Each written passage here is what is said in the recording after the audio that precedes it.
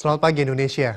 Anda menyaksikan seputar Bali terkini pukul 10 WITA bersama saya Agus Jagetraya.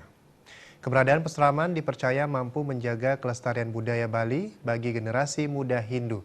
Pemerintah diharapkan terus mengevaluasi kiprah peseraman di desa dan perkotaan agar dana yang digelontorkan oleh pemerintah kepada peseraman tidak sia-sia. Ketua Komisi 4 DPRD Tabanan Made Dirga sangat setuju dalam mengantisipasi terus melunturnya budaya Bali di kalangan generasi muda harus disikapi dengan menggalakkan peseraman. Karena dengan peseraman, kalangan pelajar akan mendapatkan pengetahuan bidang non-akademis setelah di sekolah pelajar sudah mengenyam pendidikan yang kebanyakan bersifat akademis.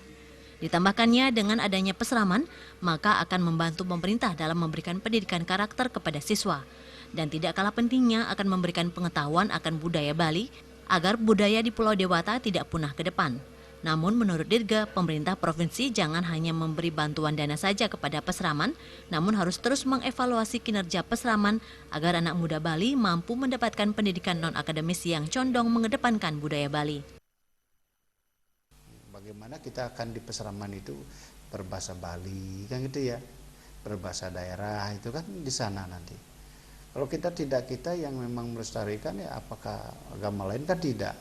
Nah ini kearifan lokal ini mohon dengan hormat sekali pemerintah provinsi harus segera ambil ancang-ancang juga.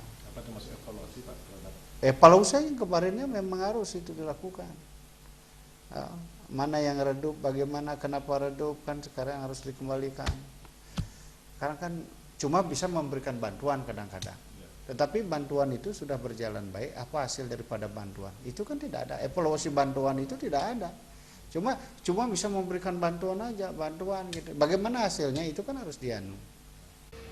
Made Dirga menambahkan jika perlu pemerintah juga membuat lomba antar peseraman agar giat dan semangat peseraman di Bali semakin hidup. Jaya dan Sutardana, Bali TV. Pemirsa, kami akan kembali di seputar Bali terkini 1 jam mendatang. Selamat pagi dan sampai jumpa.